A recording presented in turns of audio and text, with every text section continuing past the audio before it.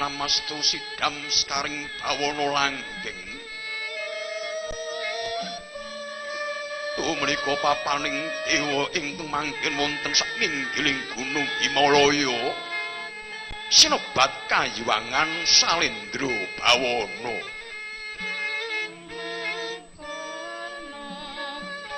Minangka dados pambukaning carita ing dalu menika. Kawis ningali Kayuwangan Salendra Bawana kathahing para putra-putri Dewandara. Kapantikan Sanggang Bathara Cakrawirata sarimbit kalengkeng garwa Betari Maninten. Anyanantos rawuhipun ingkang Rama Sanjang Jagadgirinata nenggih sang rajaning dewa. Kawis tingal saking kadyan kadheraken ingkang putra putri sang Dewi Betari Suprabawati. Daya mapaka krawuhipun ingkang Rama. Sareng rawuhipun dewa ing suduk pangudal-udal nenggih Sanggang Narada mengatramun to wijiling ing Ngawistara.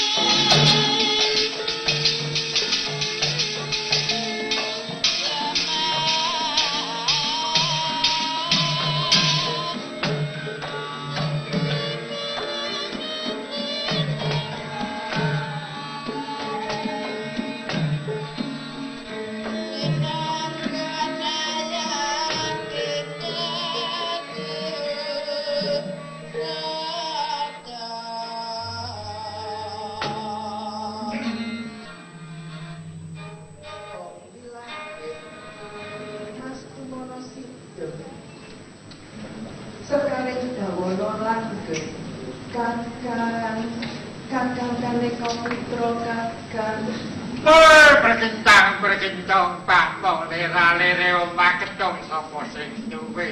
Oh, kula wonten dawuh pangati, kuwi Gus. Sami Kayuwangan rawuh padika Kakang. Nggih kalih saputening rawuh itu. Namung kula ki omah ngatur penjastuti mugi katur sadaping peboto madu. Kuwi Guru. Kados pun para putra ing Kayuwangan Salendra Bawana Kakang. Sadaya para putra Jelandara tuwin para aksari sampun marang sing ngarsa paduka. Nedhong dawuh paduka ki ora.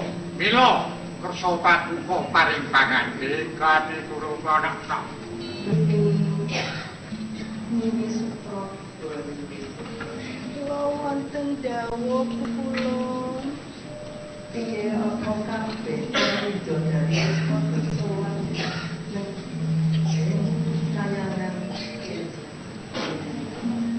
Sedaya para hapsani sampun marak sowan rasa paduka kula. Ya nek ngono nunggu Kang Prayoga dhisik ya. Putra putra molan wonten dawuh Rama Pukulun. Matur dene-dene pakaryanmu. Keparang matur Rama Pikulun. Kawula sowan kanthi ngirit para Jelandara namung nyadung dawuh Pandu kurang mikulun. Tekan kalih kados sampun mestinipun menawi cangkring raket tumurun wonten Madyapada. Bupati Gunungan Kencana lan satriya ingkang hambet upama lan kiyating tanggul kasinggihan dawa paduka ingkang murni sadaya para dumadi Madyapada amenika pun putra cakraning Ratu ing garwa maniten sampun parasimbuh mila kula aturi paduka ngurpani cakraning Ratu lan maniten kula wonten dawuh sira sakarone dados turun ing Madyapada. Bupati Gunungan Kencana kang nembe besok bakal nurunaken surat tanah Jawa. ngestokaken dawuh.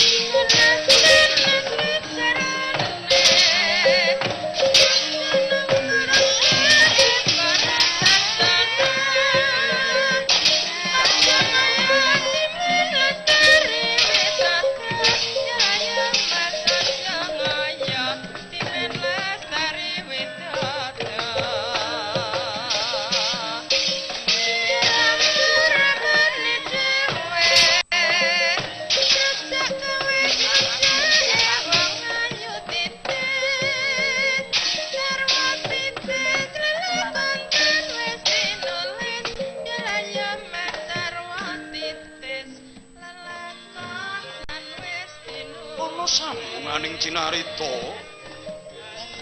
menika ingkang wonten taman Kadilengut nengging kapit menggah meniwing Garwanata negari Astina ingkang silih Ayu Pranawati anganti putra tetiga tambuh-tambuh sedyaning triwanampi rawuhipun ingkang putra Raden Lesmana.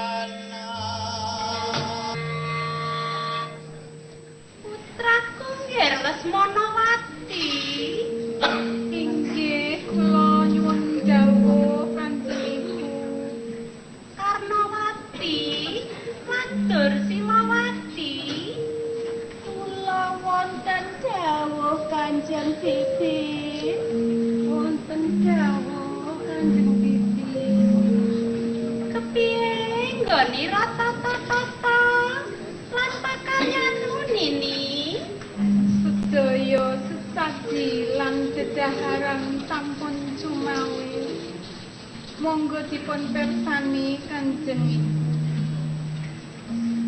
Sedaya sampun boten wonten ingkang mujiwan. Kok bilih dipun pirsani wanci-wanci Kanjeng Bibi. Anggen kula nata para putri. Sedaya sampun marak sowan Kanjeng Bibi. Yen ngono Nini, padha diprayogake dhisik ya. Ngestakaken dawuh. Putraku nggih Lesmana Mandra Kumara. Ger. Lesmana. Dawuh Kanjeng Ibu. Sadak kaya wong bingung. Sejatine ana apa to, Ger? Nuwun inggih padah duka ingkang kathah iku. Dora waleh punapa estunipun kodheng manah kula. Kula menika putra Nalendra Gong Binatara, anake raja ratuning para raja.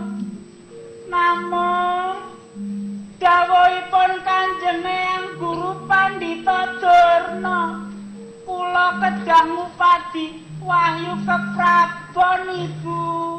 Kene maju kene. Kurang mesti apa? Kurang mesti apa, Nggih? Sira dumunung ana perasaan. Nun inggih nyuwun sewu Ibu. Apa panyuwunmu? Mapan sampun madhep lan mantep tekad kula. Kados-kados mboten saged pundhakaken pramila. Kepareng mboten kepareng kula nyuwun pamit.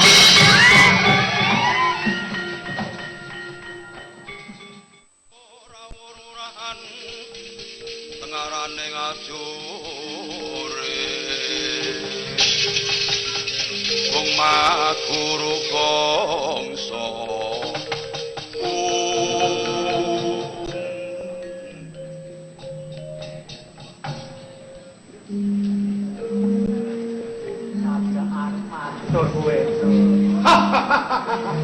Wartoman werti Mas.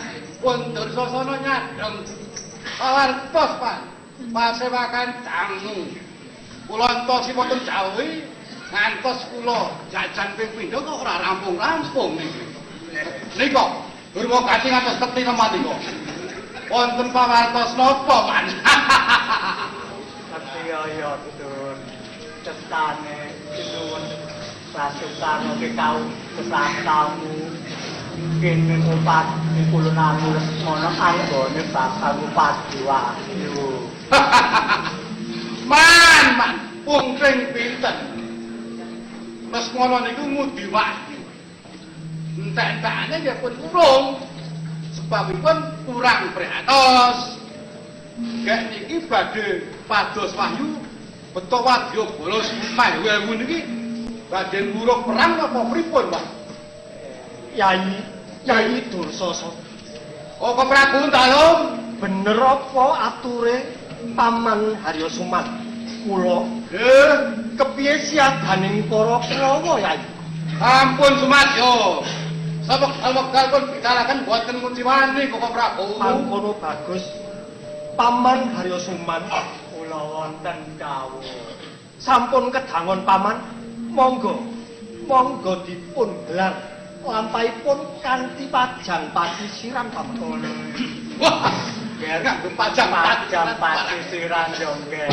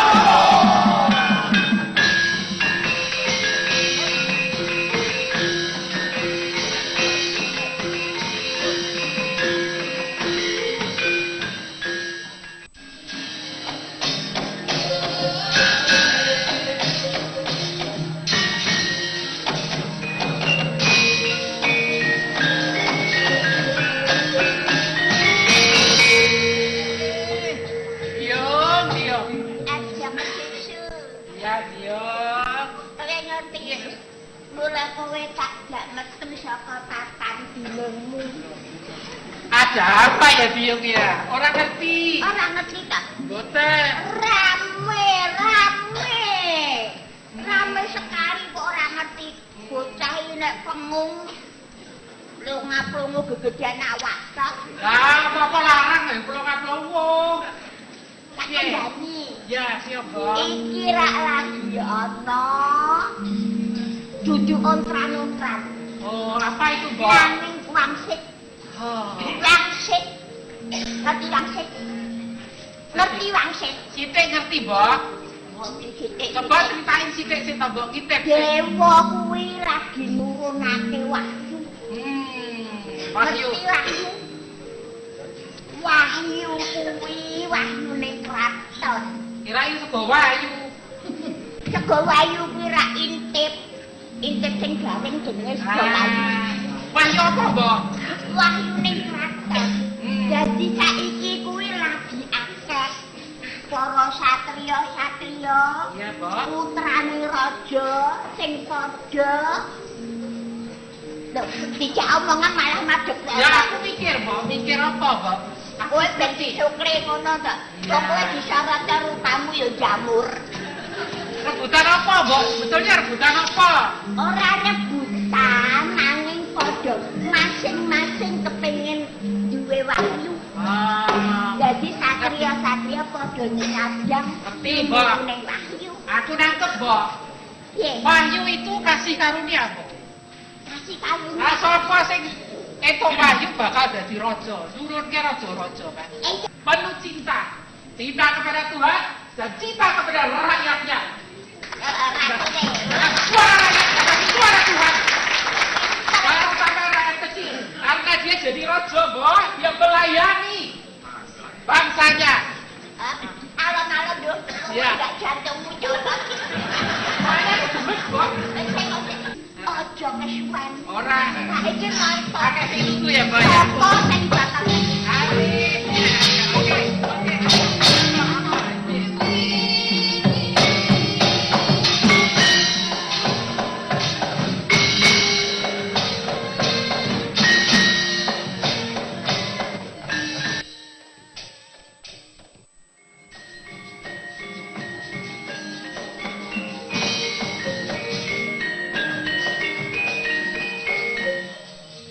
Samar pamoring susmo Rinomoyo inamnya wengasopi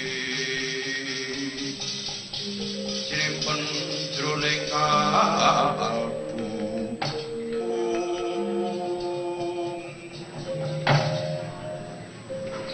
Yayi Nakula lan Sadewa.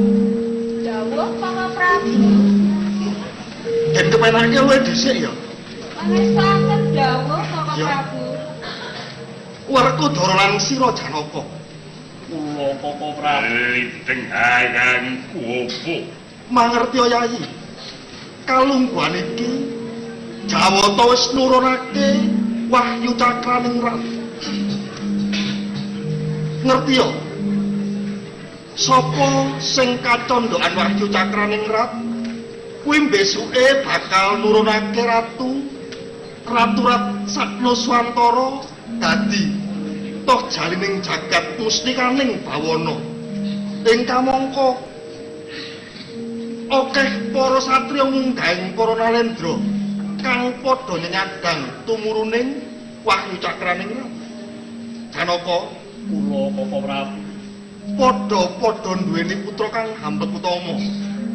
Apa sekirane Siadi wis utusan para putra kanggo nyadang tumuruning wahyu cakraning rat Janaka?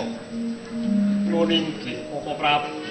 Ya, Kula sampun paring dawuh dhumateng para putra kula. Kinen anyanyadang tumuruning wahyu cakraning rat Koko Prabu. bagus. Pun Kakang ya wis utusan putraku sapa? Werkudara, Liteng opo? Siadi ya wis utusan. Wah, wis aku utusan anak Gatut amung ngawat-awati Abimanyu liteng Kaya ae. ngono, ya. Jer wong tuwa kuwi bisane mung tuturi handayane. Ya muga-muga salah siji antarane para putra Pandhawa bisa antuk gawe ing nyadang tumuruning Wahyu Cakraningrat Janaka lan Werkudara. Ya, ayo ben bacutake nggone padha ngawat-awati Werkudara Janaka. Ayo. Saken bareng yo melu ya.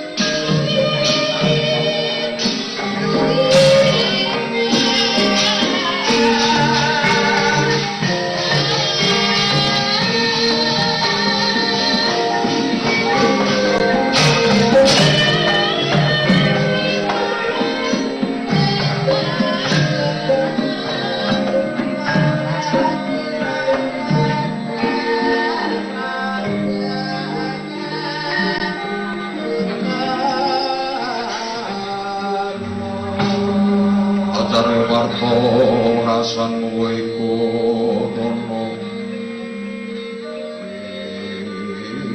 sang geni moyo iso pradita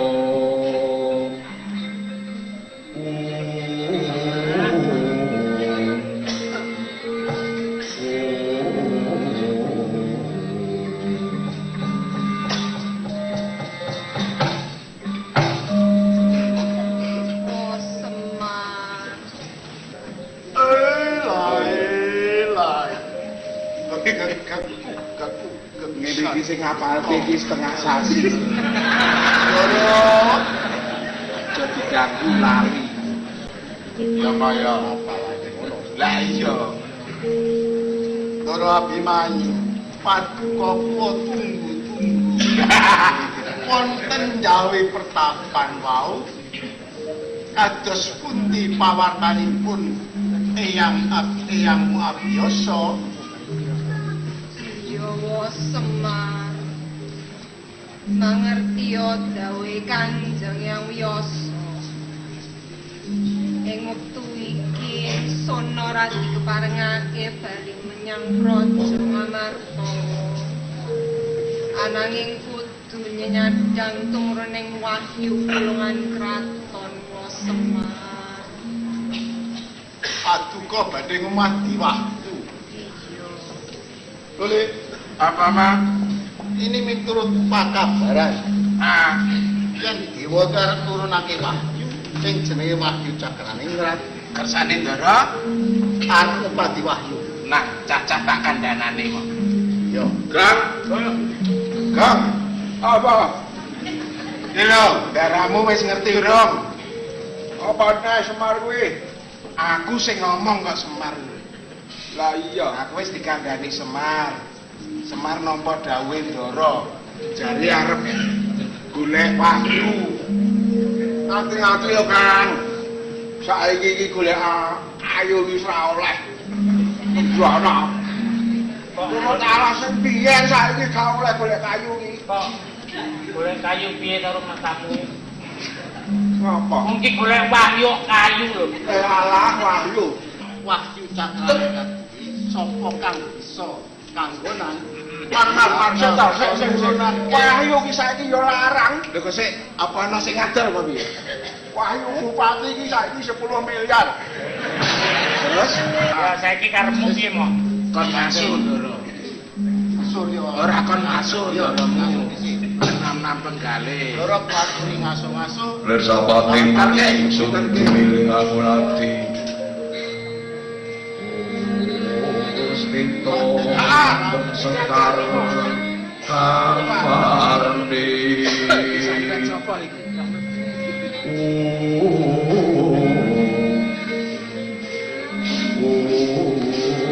Doro ki anggere wis karo Semar. Oh iya, rebukan wong loro ki wis ora iso di. Kurang laki memang kurang ajar kok. Cewek iki Kurang ninggal perempuan. rezeki noplok. Iya, aku sing takon. Ki Kamu juga di sini, Dek. Sebentar, Dek. Nanti tak jemput, Dek. Sampai dirubung laler, Mbak. Teko-teko. Kok pulang? Halo cewek. Halo Dik. Wek, kenali dong Apa, Mas? siapa rumahnya, di mana namanya? Udah kok dari tadi aku udah makan kok. Takon ngono kurang cedhak kowe. Kenalan asmane sinten? Oh iya, itu Bapak Menteri PU juga nonton. Pak Joko Kirmanto. Sariwen. Halo Jamble.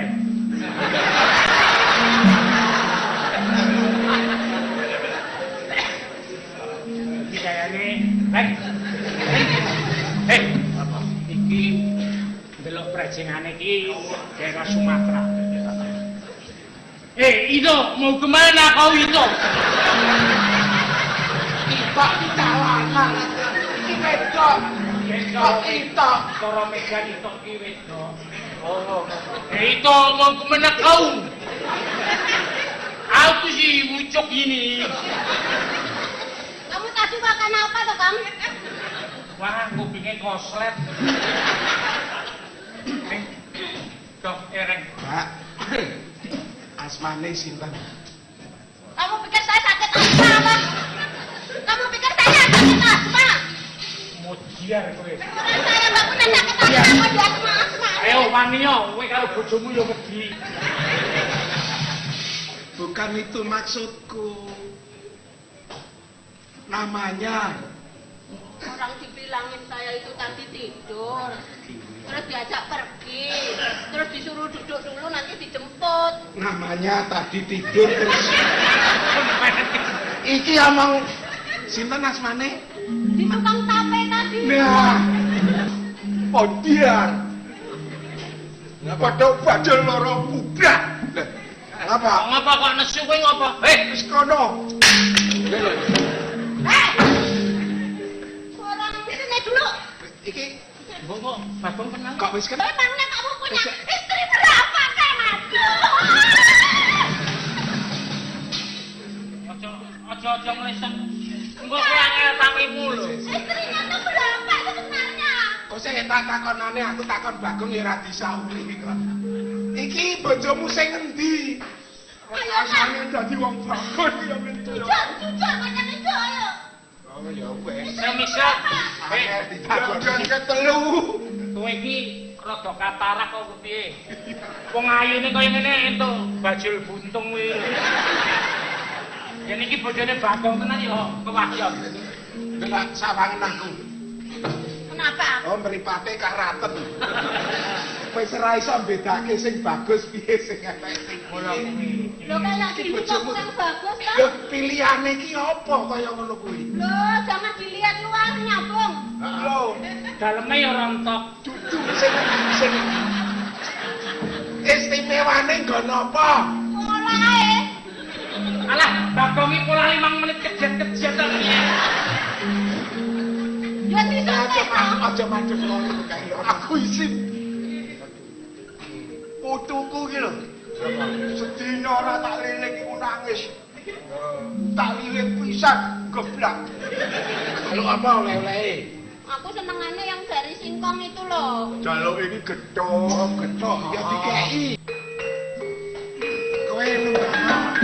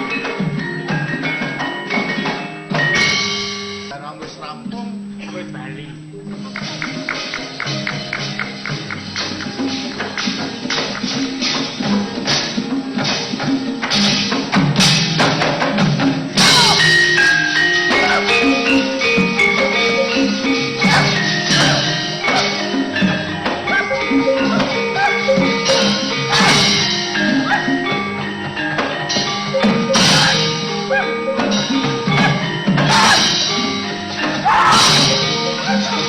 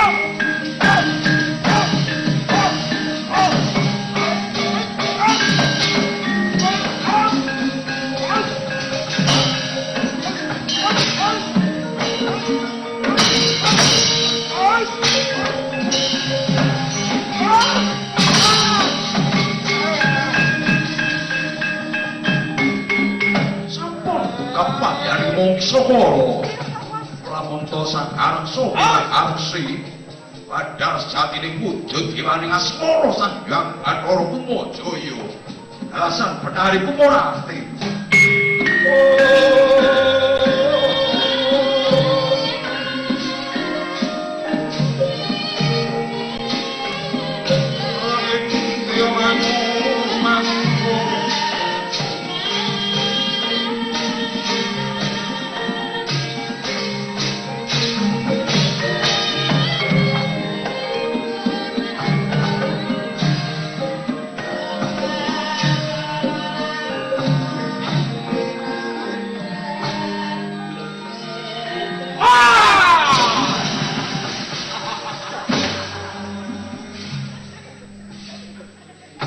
Acarya Parto Hasan Weko Tono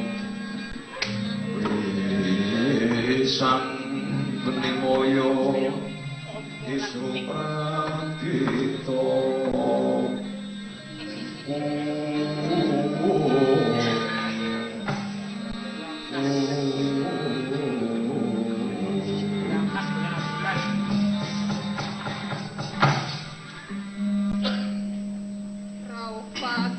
Sekalian kula ngaturaken sembah mugi kunjuk. Iya nggih Rabimanyu. Wis tak tampa. Pangestuku tanpa nono nggih. Sanget anggen kula mundi pukulun. Wis tak tampa pangestuku tanpa nono kaki. Niki rawalan pamundi kula Betari. Pukulun kula iki ngaturaken sembah pangabekti pukulun miwah Ibu Betari. Iya nggih Gatotkaca wis tak tampa. Pangestuku tanpa nono. Saged anggen kula mundi pukulun. Rama Ismaya. Apa nggih Kumajaya putraku? Putra Paduka ngaturaken sembah pangabekti Rama. Yo sira ngaturake pangabekti marang wong tuwa wis tak tampa. Pangestuku tanpa nono. Sanget anggen kula mundi Rama. Nadyan kula inggih ngaturaken sembah pangabekti Rama. Ya putraku Kumarati tak tampa. Pangestuku tanpa nono ya. Inggih sanget anggen kula mundi Rama. Ngaturaken pangabekti pikulun. Iya wis tak tampa. Sanget anggen kula tanpa nono kan. Kanjeng Betari. Ning Jawane rada kaku iki piye ndi to iki? Iki kayangan. Oh, kayangan ya. Ngaturaken pangabekti. Mau kok ngejek terus napa ya? Alah. Ngecek. Kudune apa kereng ngono ya. Iki suarane dhewe sing apa to kuwi. Kowe yen ngene terus.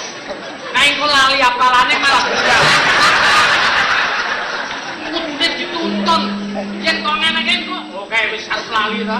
Kula ngece pripun pancen mripat kula niku ngeten kok ngece. Pukulun Kumajaya. Kaya jane celak kesel kae. Iya terus kan. Hukum pancen tanjepe wayang ya ngono. Nggih. Kok ngaturaken sembah yo. Iya wis tak tampa. Yen aku cetha. Pangestuku tanpa nono. Iya, durawalan anggen kawula mundi. Kulon matur gunging panuwun Paduka tumruning Madyapada.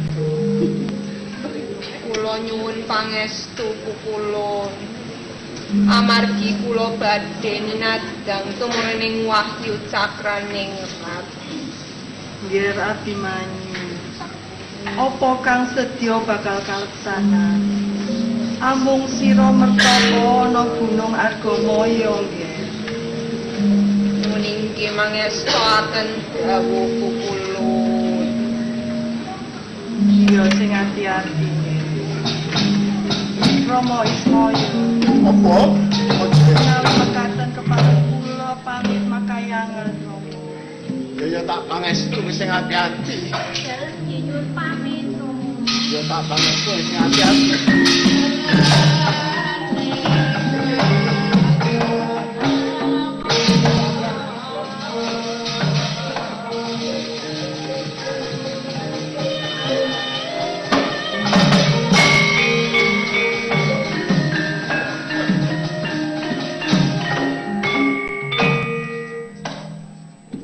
Adikku Yaya Abimanyu.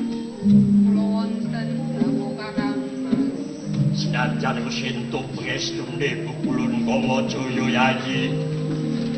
Luwih prayoga lamun Tosyadi. Nyuwuna pangestu ana ngersane Wabadranaya sadurunge nglakoni nyenyadhan tumurning wahyu Yaya Abimanyu. Nggih mangestu aten. Semar. Kula nyuwun piwulang. Dituturi sing apik kok. Dan cetha ya. Kanan. Pengestorono Adikku Abimanyu Semar. Gus Abimanyu. Sira bakal ngupati tumurune wahyu Cakramisra. Yo aku meneh sang piweling wedi gatekke yo Abimanyu. Ana 5 perkara. Sepisan sira kudu manepi lakoni tapa brata, lakoni prihatin narima, aja gampang kena panggoda. Kaping pindho sira kudu merantasi gawe.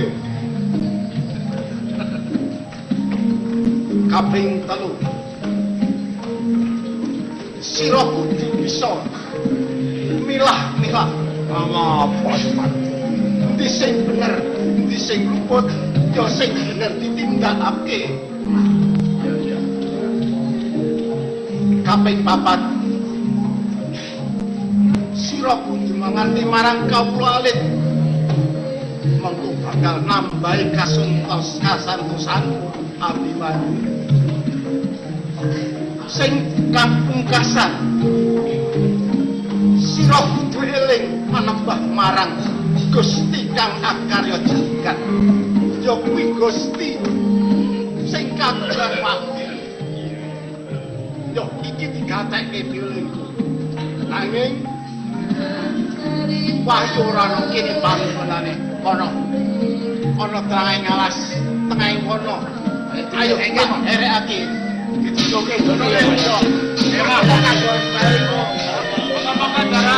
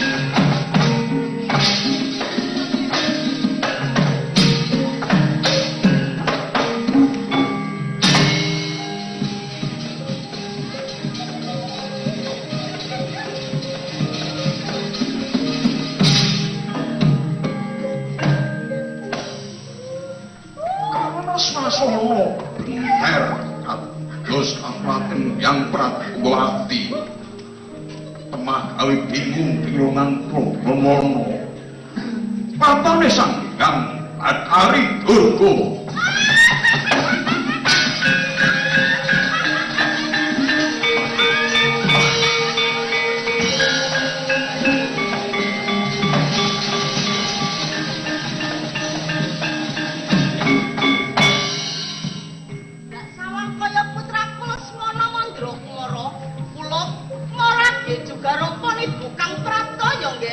Semoro boleh karno sanalika brigadir tapak semati Raden Lesmana Mandragara.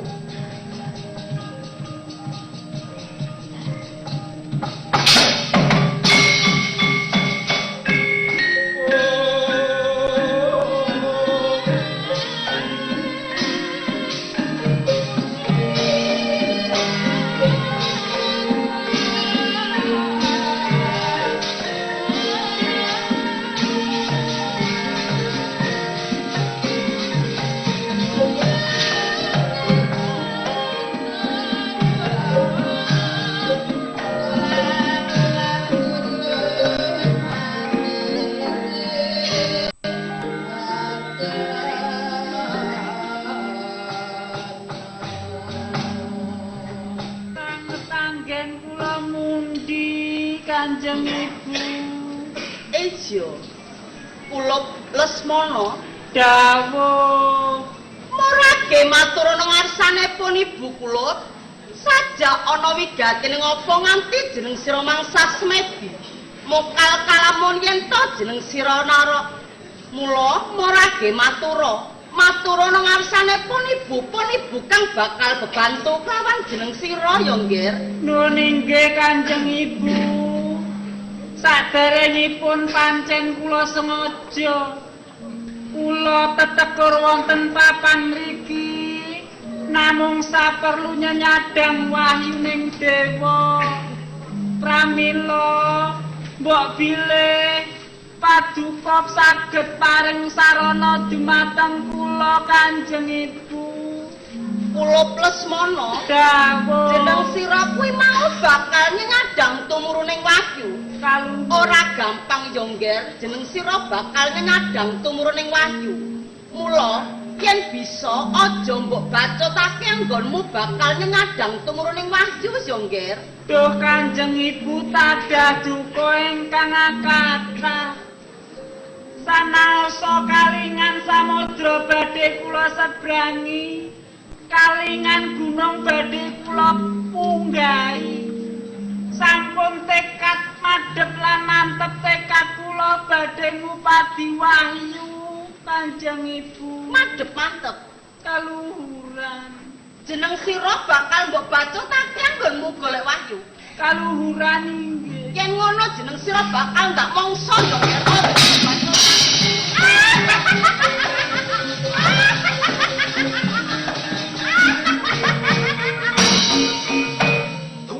sing pisan Kang Bathari Durga. Kadang ana cahya sakebaran. Mati saking Sangyang Bathara. Cakrane Ratna Bathari maring tepakat lamun wijining pangandikan.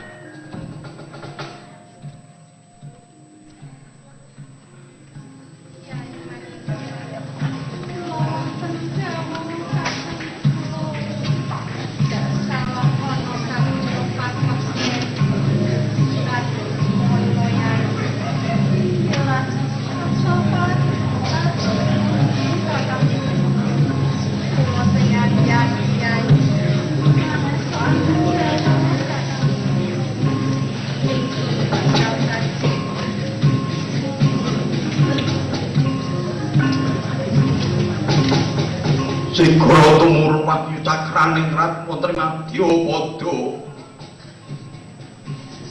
tumuju wonten angganing Raden Lesmana Mandragara.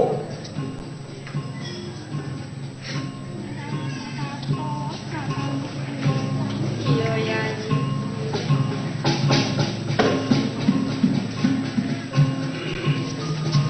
Segara manjing sajiwa kagiat karimani wonten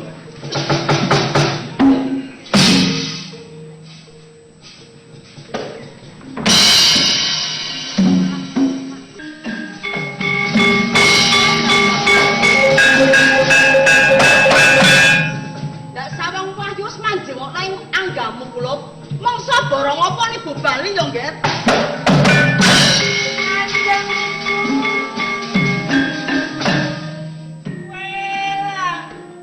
Durung paring sarana kok malah ninggal. Ibu paring dawuh apa ya bener aku wis kanjingan malah lara. Lan rasa.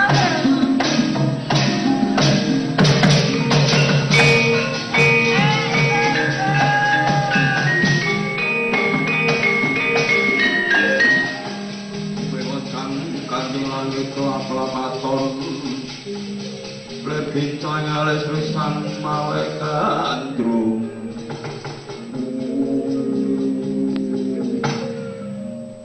Mengko dhisik nduk wong ayu aja mlaku mandeg dhisik tak takoni wangsulana nduk sapa jenengmu ngendi omahmu Nami kula Endang Pamilutse. kowe mlaku ijen tak sawang ra ana sing ngancani apa gelem tak kancani ke Paduka sinten to? oh iya aku durung tepungan ditepungke ya nduk jenengku Raden Lesmana Mandrakumara calon ratu ing negara Ngastina kowe tak kancani gelem ya nduk Kancane niku napa to? dadi pacangan pasian wong loro kae Pasangan niku napa? kekasih Kekasih niku Iya. napa? apa ya wong bodho kok ayu-ayu kok bodho lho lek nyekake piye karo aku nduk Oh, garwa. heeh gelem to sak njalukmu apa tak turuti wis to kowe njaluk Mas Titis Raja Brana bondo bandu sak gudang gelem ya Paduka piantun luhur lah. gelem Yang nduk dusun. Raden. wis aja mikir kuwi sing penting gelem nduk Kula mboten guru. apa ya tak coba ribat soro ayo padha lekana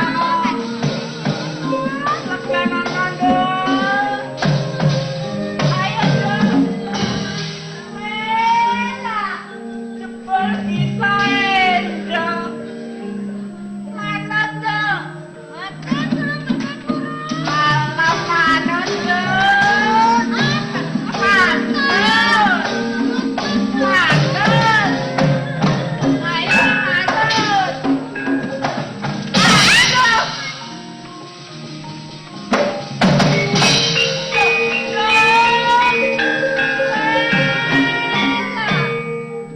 kok malah melayu awan boten wali nampi pandudul ngono lho satemah pambutan ramirat tuang saking aduh ya sirah kula pusing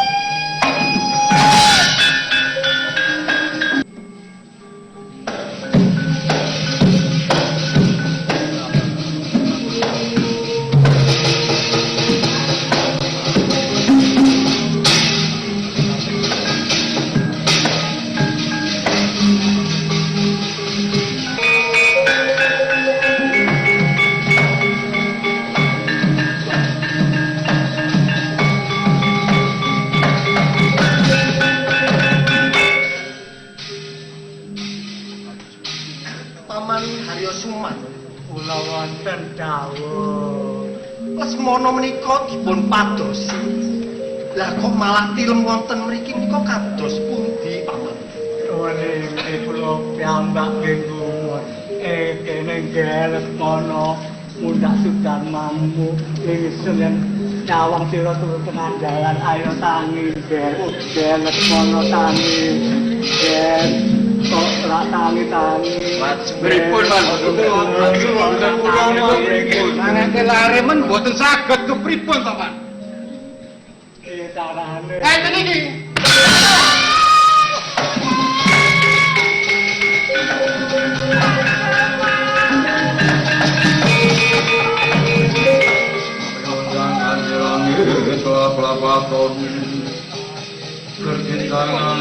sang mawe gandum Kula urip dalem. Putraku ngger Lesmana. Dawuh. Jare sira kuwi nyadang tumuruning wahyu. Nanging lah kok malah turu ning dalan ki kepiye to? Wong wedok wayu sanget man. Lawang digoleki kaya nganti prajurit mewe. Ku malah jebule kedanan bocah wedok mau man. Sing ayu tenan man. Ayu tenan. Pun bayi mlaku ijen mesake kula teng alas mlaku dhewe. Lah nggih niku wau man. Kancani. Ya banjur Nggih, ajeng kula kancani, ajeng kula pek bojo mboten purun. terus Foto-foto ajeng kula tuku ical mas. rencane sira kuwi wis antuk gawe ngger. Wahyu mono wis mancing ana anggamu. Nanging reh ning sira kuwi ora kuat panggoda. Banjur wahyu kuwi oncat maneh. Waduh kucur niki manjur Wis. kula kudu pripun. Ngene-ngene aja kesuwen.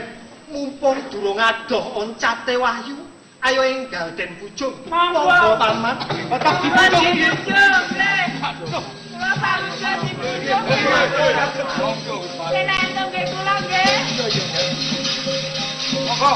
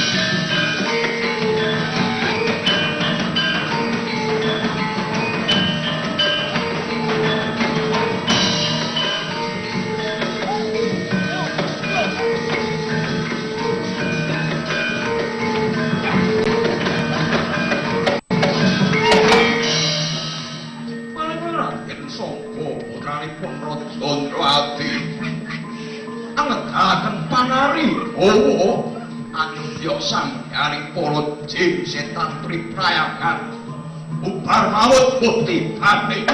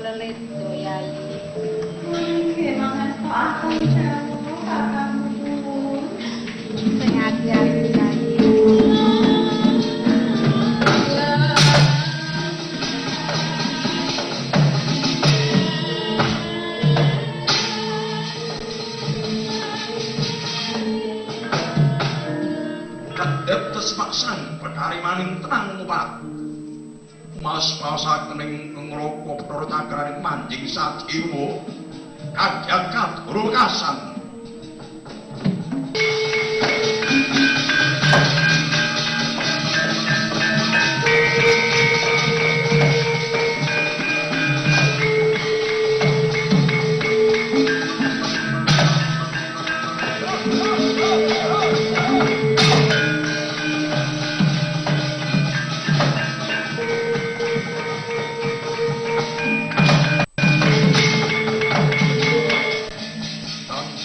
pamoring sukma rinwaya inaya ing sepi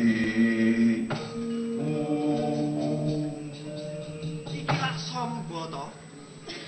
Leres Paman Adipati Basukarno kula putra Paduka Samba. Banjur ana wigati apa dene sira bisa cumandha ana ing alas Wantaka kene, Nger? Nuwun inggih Kanjeng Paman, kula mupati wahyu kraton Kanjeng Paman. Oh, ngono. Ndak sawang sak dhuwuring tenggak katon mancara. Ingsun bisa masthekake yen sira wis pikantuk wahyu. Kados mekaten, Pak. Wahyu wis mancing ana anggamu, Nger. Kula kalenggan iki wahyu ndak jaluk yo, Nger, kanggo putraku Lesmana. Iya, nggaku, Yayi. Kados pundi kula kedah masrahaken wujudipun wahyu kula mboten mangertosi, Paman. Paniki ya, Bapak Prabu. Enggal-enggal pun ruga bali peksa mawon. Mboten kenging didamel sae menika. Bener. Kudu direbut kanthi paksa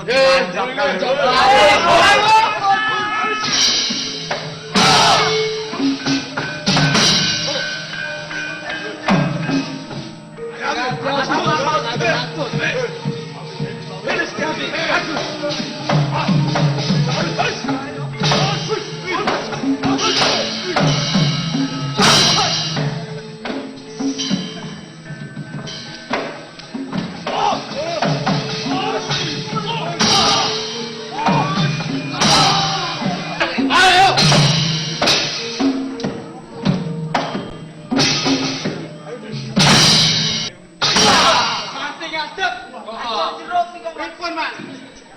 Saiki mawon, Pak. Kowe ngatonake kaprawiranu iki tanpa nono.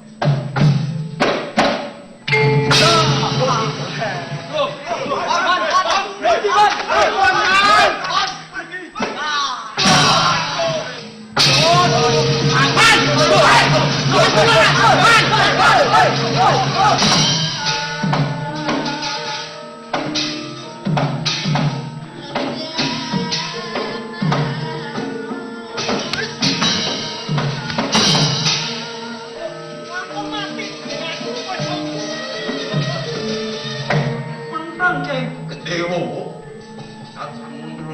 Pemulang Galing Sombo Prabu Karo kendang saking ronan kono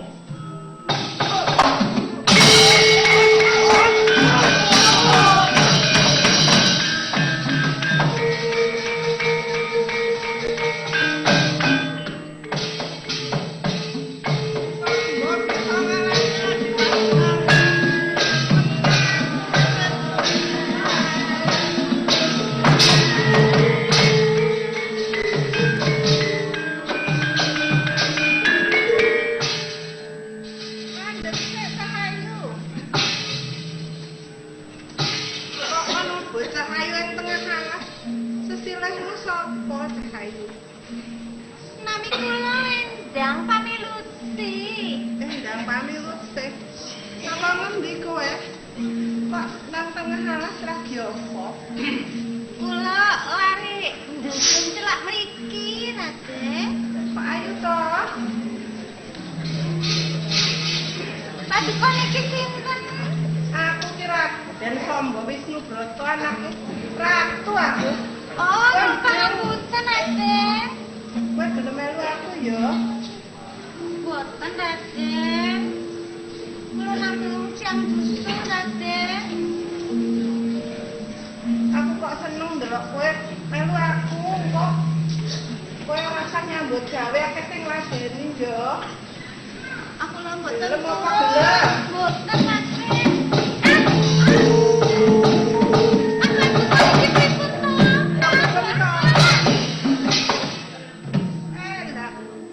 Dusun tak jual mahal.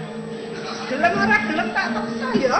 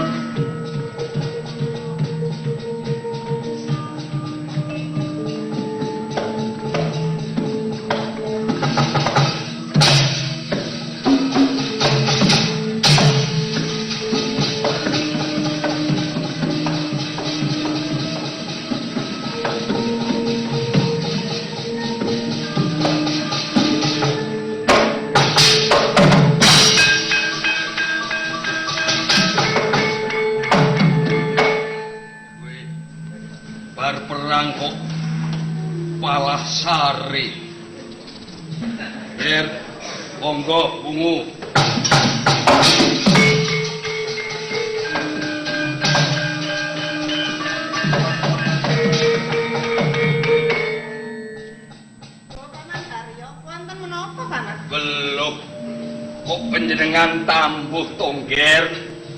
Kala wau paduka menika sari. Kok wonten wanita ayu Kanjeng Paman? Hah? Mumet Paman. Oh, iki. Sare. Waduh, aku melu deg-degan. Nggih. Salajengipun kados pundi? Lah nika ayu sanget Paman, kula kesempet. Menika nggih, kok menawi paduka kesupen dawuhipun ingkang Rama yen pancen kepengin nyanyadang tumurining wahyu kudu kuat ing panggoda. Lho nika panggoda. Nika klebet panggoda. Wong ayu kok Paman. Nggih, pancen saged ayu, saged mancala putra, mancala putri. Kala wau paduka ngedap-edapi ngunduraken para Kurawa. Ateges paduka kala wau kanjingan wahyu Cakraningrat. Ing sakmenika kula tingalipun boten mencara malih. Kados pundi nika Paman? Menika wahyu sampun ical saking anggo paduka monggo kundur mawon kundur. Tasih kepengin kupadi. Lah inggih. Nggih monggo. Jelasan.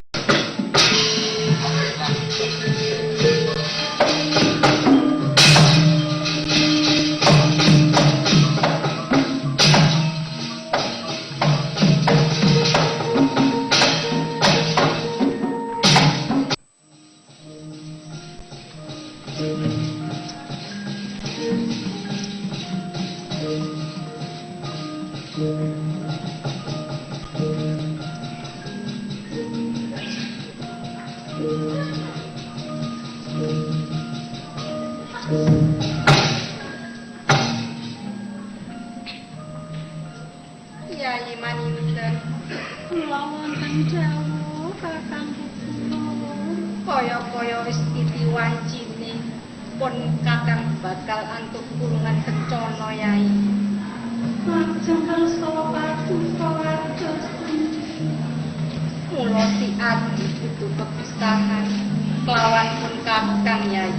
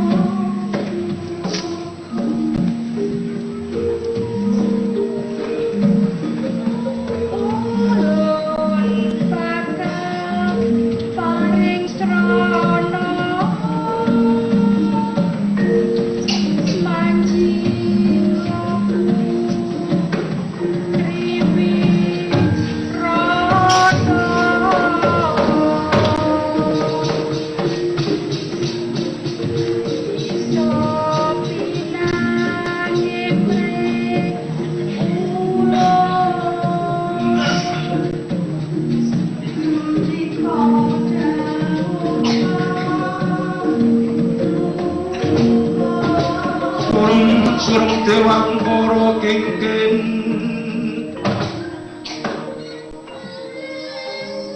Iya Yai. Terus mawon Yai, aku bakal lajeng marang Abi lagi. Kau paduka salaman. Ayo putri Roro Yai.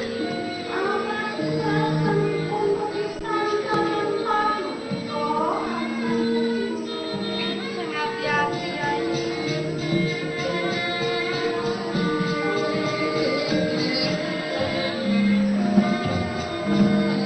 Kanthi mandheg mangutomo wae. Senadyan semanten nimutine tansah netepi dhateng dawing dewa. Wahyu Cakraningrat manjing sajiwa dhateng angganipun Raden Abimanyu.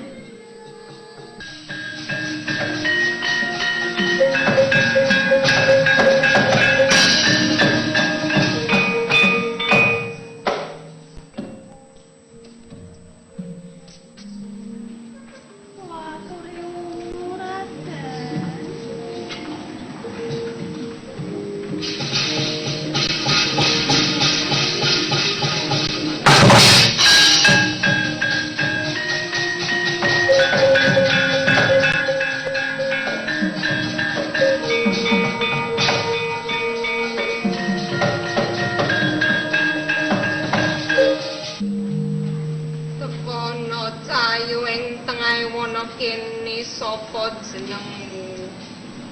Untepangaken kula menika maninten paduka sinten Raden?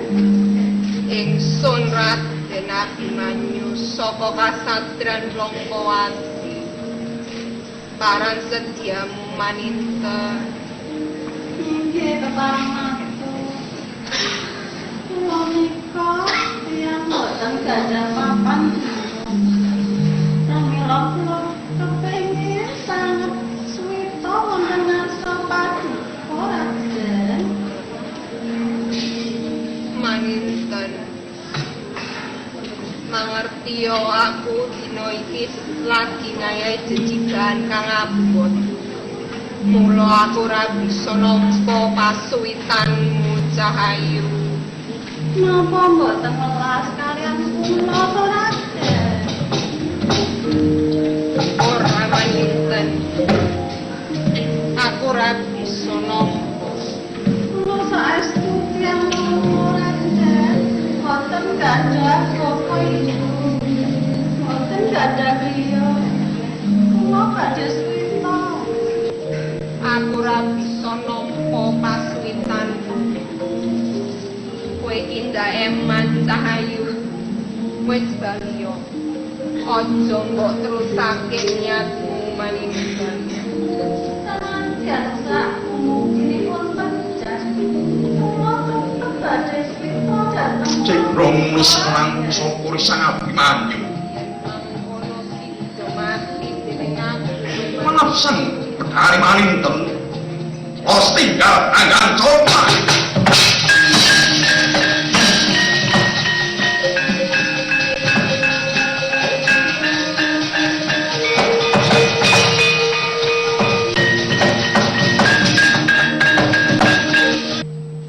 Rawuh Kakang Mas Sombo, kula ngaturaken sembah mugi kunjuk Kakang. Yo tak tampa di Mas Abimanyu. Pangestu kuwe tanpa nono. Sanget angin kula mugi. Kakang Mas Sombo badhe tindak pundi Kakang?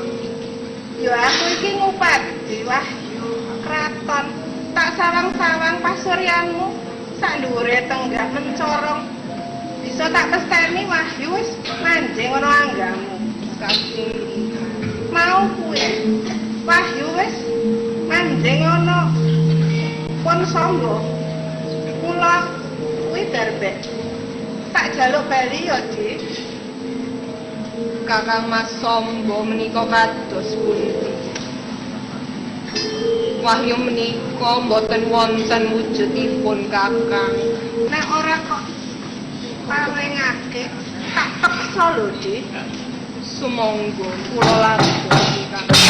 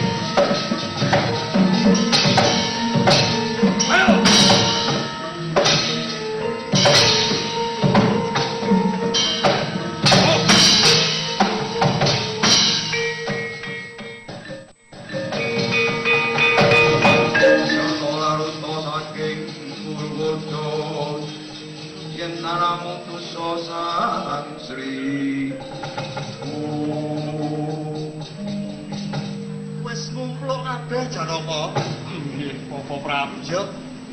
Apa sana pawarta saka Abimanyu Janaka? Dereng Bapak Prabu.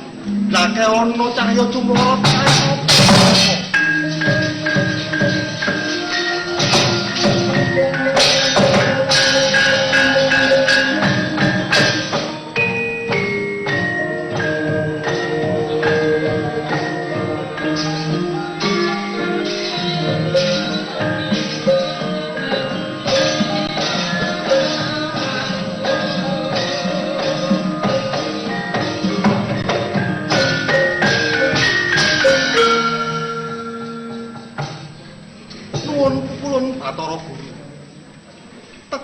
paduka ing Madyapada. Kula ngaturaken sembah sandhap ing pepada kula. Ya Kaki Kresna. Dak tampa pangestu tampan Nuwun inggih sanget Kakang Kane itu. Naranaradja. Kaki Kresna ana tau napa? Sembah kula katur kula. Ya nampa pangestu tampan ana Kaki Kresna. Inggih sanget anggen kula mundi pukulun Bathara Guru. Kaki Kresna. Nuwun kula. Mula ulun tumurun ing Madyapada. Wis pinesti yen Abimanyu wis katondokan Wahyu Cakrane. Oh, Mula Kaki ndak pasrahake kabeh marang kawicaksananmu. nuwun inggih sendika mangestaken dawuh Janaka karingan piranti putra Abimanyu Janaka.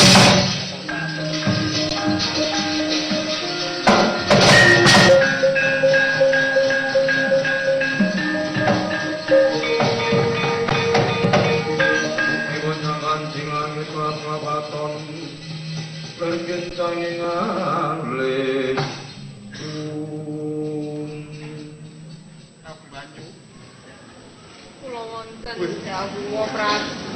Sekaton Cumara. Nggonmu nyadang Wahyu Cakrane kan entuk gawe Abimanyu. Nggih pangestu paduka. Wahyu nika sampun pinantuk karya.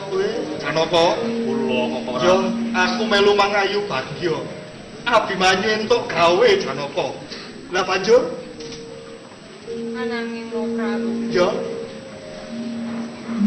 Kinangge Kakang Mas Samba badhe ngrebat Wahyu menika. Lajeng nedhaken duka. usik Janaka kula kok Prabu. mau doyak-oyak karo Samba karo kaca. Ora nggih. Pancen sekawi tadi kula Abimanyu sampun pikantuk wahyu. Yo Dewatine wonten rawuhipun Kakang Mas Samba. Mundhut kawontenanipun wahyu ingkang wonten angganipun adi kula pun Abimanyu. arep direbut. Dewa oyangipun badhe ngaturaken wa Yo Kakang Mas Samba dipun balui Kanjeng Paman Haryo Setyaki. saiki sing ngoyak. Kula boten nglanggapi kula mlajeng. Sing ngoyak apa piye? Inggih. Yo kene kene.